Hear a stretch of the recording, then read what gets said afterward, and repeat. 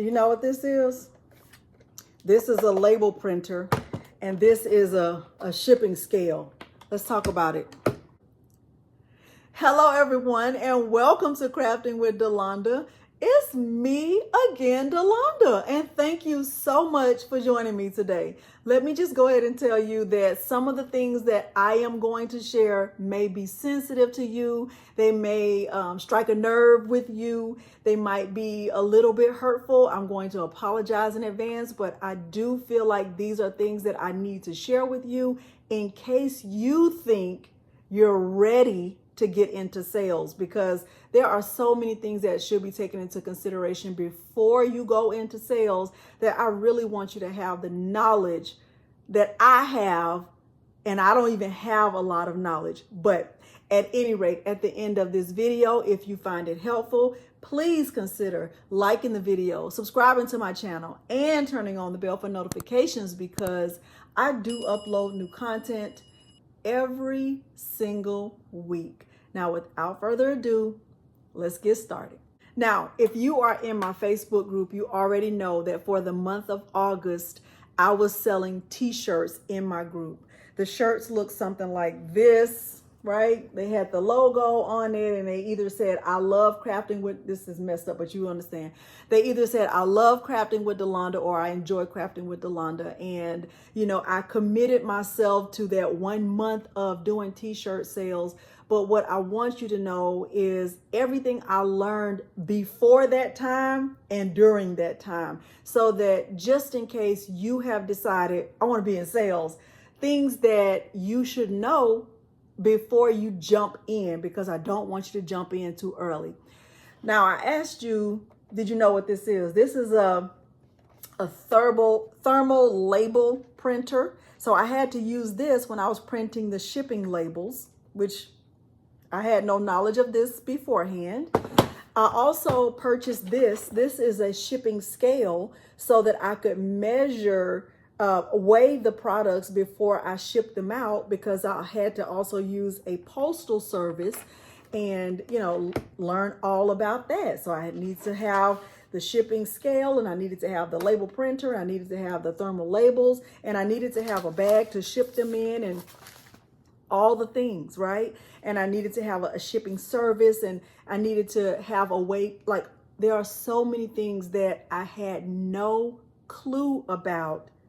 And I'm going to share all of those things with you. And I'm going to share them with you in the form of a question, because these are questions you should be asking yourself if you think you are ready to get into sales. Now, there are 10 things we're going to talk about, and they are not in any particular order. Not one thing is not more important than the other, but we're going to go through it. Some of this might be offensive to you. It might hurt your feelings, because I'm telling you, I'm just sharing what I learned, and it's what my opinion. If you disagree with my opinion, you can feel free to leave a comment for me down below, but let's get into it.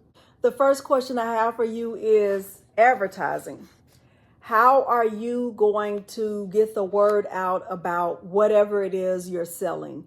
Are you going to post it on your social media? Do you already have a big enough following that someone has shown interest, or a group has shown interest in whatever it is you're making? Do you have a Facebook group? Do you have a Facebook page? Do you have an Etsy shop? Do you have a website? Like, how are you going to get the word out about whatever it is that you have decided you want to sell? Because getting the word out is advertising. And we all know that advertising is critical to sales, right? People will need to know that you have something for sale, right? So think about this. Let's just say you are, currently in a Facebook group. I will tell you, as a person who has a Facebook group that I established, I don't allow people to do sales in my Facebook group. And most people who have Facebook groups don't allow others to do sales in their group. So if that is the way you're thinking of putting yourself out there, I would definitely say think again, because people don't like that. Most groups don't allow that. So, you'll have to think about, is it worth it for you to get an Etsy shop, or are you ready to, create a website or pay someone to create a website for you? Do you have a big enough, have there been enough people who have shown interest in purchasing from you from what you've posted on social media? Okay, so that's the first question, is all about advertising. The second question is about customers. Who are your customers? Because let me tell you a hard truth. And I have on my opinion shirt, but I would definitely say this is up there with truth. Your family and friends love you. They love you, right? And you might even say they ride or die for me. They might ride and die for you, but they are not going to be your customers. Your family and friends might like what you make. They might even tell one or two people about things you make, but they don't want to purchase from you. They think it's great that you have, found an outlet and that, you are making things, but they are not going to be your main customers. You're going to need to establish a customer base, right? Okay, because I'll give you an example. My mom loves me. She's very proud of me. My husband, he loves what I do. He's proud of me. My children, my friends, they are not my customers. And if I were to be into sales, I don't think they would be my customers. I think the people who are going to be your customers, they're people you haven't met yet. Okay, and those are going to be people that are going to be, your return customers. Let me tell you who else is not your customer.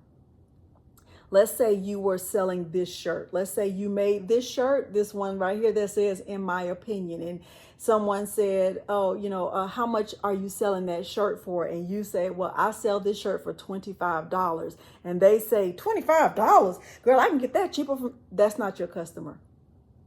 The person who questions your price is not your customer, right? So that's something that's also going to be a hard truth, or something that's going to be a hard pill to swallow, because it's almost like it's offensive when someone says that, because people will do that to small business owners, right? Because once you start going into sales, you are considered as a small business owner, and people will question small business owners, but they don't question these big corporations. You don't see people going into Walmart and saying, "What do you mean it costs $2 for a loaf of bread?" They're not questioning the price on the shelf. They look at the price and they decide whether they're going to purchase it or not. They don't go to offend the manager or the people who work there. They either pay it or they don't. That's it. But they will do that to small business owners. So just be ready for that. Okay. Next, let's talk about discounts. Here's one thing I learned about discounts. People want discount prices, but they don't want discounted work. As a matter of fact, they want whatever you're selling to be perfect. Okay. So they don't realize that, whatever you're making or whatever you have made is being made by a human, not a machine. Right. And they want it to be 100% perfect, but they might want a discount. They might say, "Girl, can you sell it to me for 15?" Yes, they want a discount. So you have to ask them, here's your comeback. You want discounted prices, but not discounted work. So if I give you 15% off, does that mean I can cut 15% of the material off the product? Can I give you an 85% completed tumbler? Can I give you an 85% completed shirt? No, they don't want that. So you would have to decide, are you giving discounts if people are purchasing multiple, if they're buying 2 shirts instead of 1, or if they're buying 2 tumblers instead of 1, will you offer a discount? Will you offer a discount to repeat customers? If they purchased from you before, now here's a 15% discount for your next purchase. So those are things you'll have to take into consideration. Okay. Next, let's talk about pricing. How are you going to price whatever you're selling?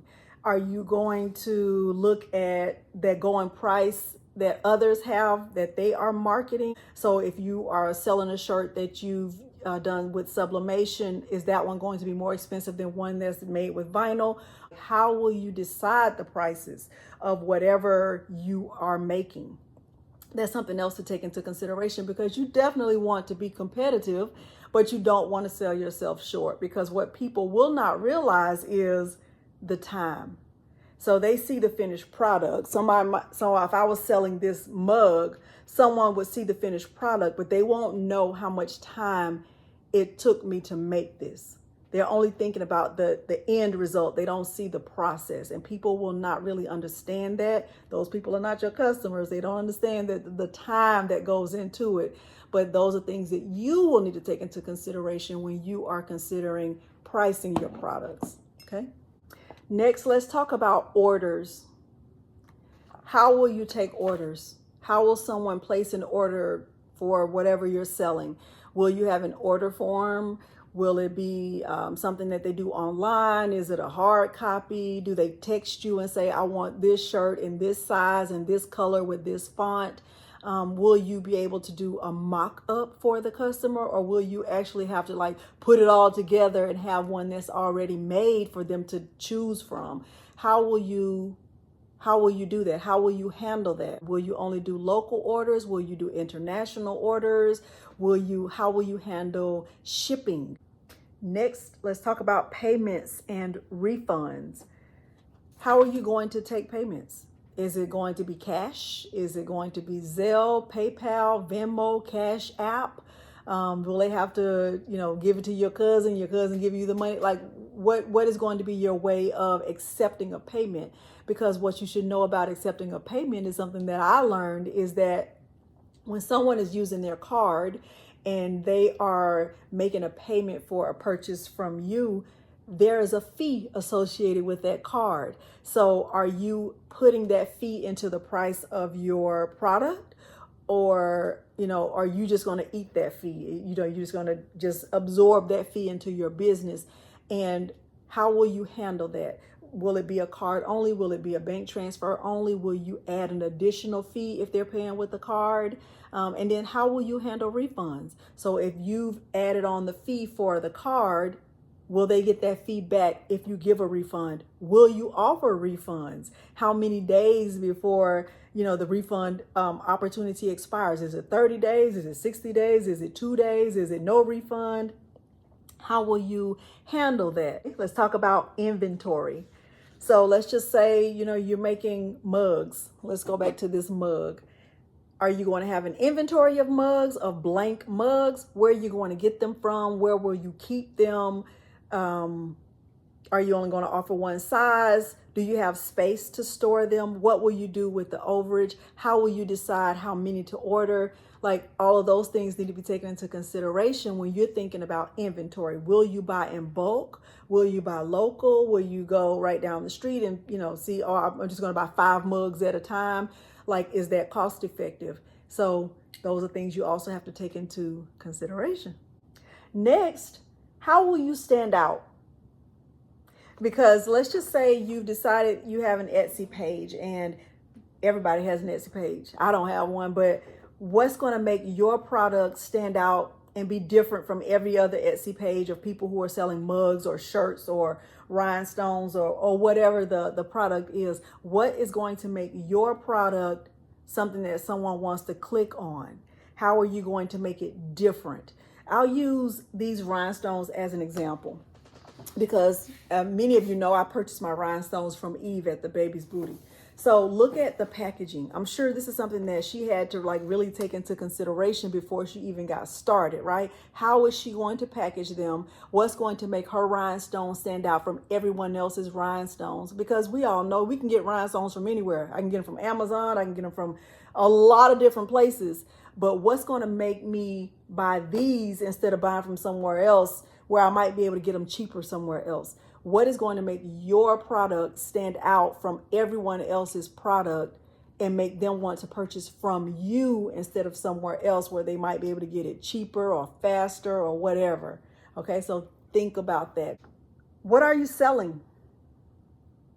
What is the thing that you think you are ready to sell, and how do you know you're ready?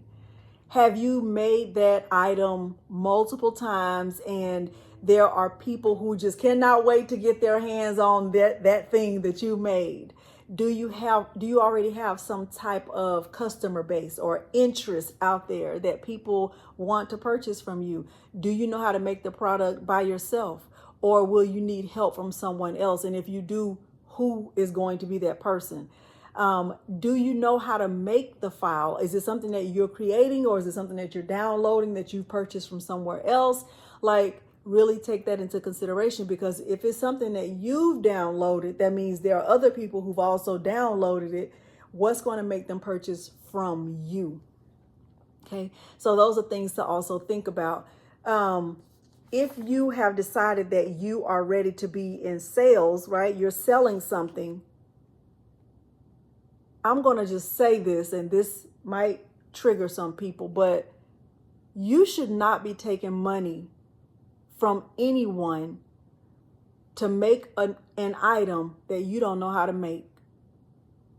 I said it and I meant it. If you have decided that you are going to accept money because somebody said, well, I want to order that, but you know you don't know how to make it, you should not be taking their money. People are serious when it comes to their money. I know I am. If I'm paying you for a service, I want to know that you know how to do it, that you know how to make it. Okay? I have used this example before, but I said it before and I'll say it again. You would not want to go to a seafood restaurant and walk in and say, oh, I want to order a 2-piece fish dinner. And they say, well, what is fish? What? No. If you're not ready and you don't already know how to make it, then say that. So if somebody says, oh, I like your shirt, you can say thank you. That's it. You don't have to say, well, I can make you one. It's going to cost $25. You don't need to say that part. Keep that out. You can just say thank you. I made this and it took me 10 hours. Because if it takes you 10 hours, you're not ready to be in sales for that item. Okay? So here's my last question. And that is, are you ready?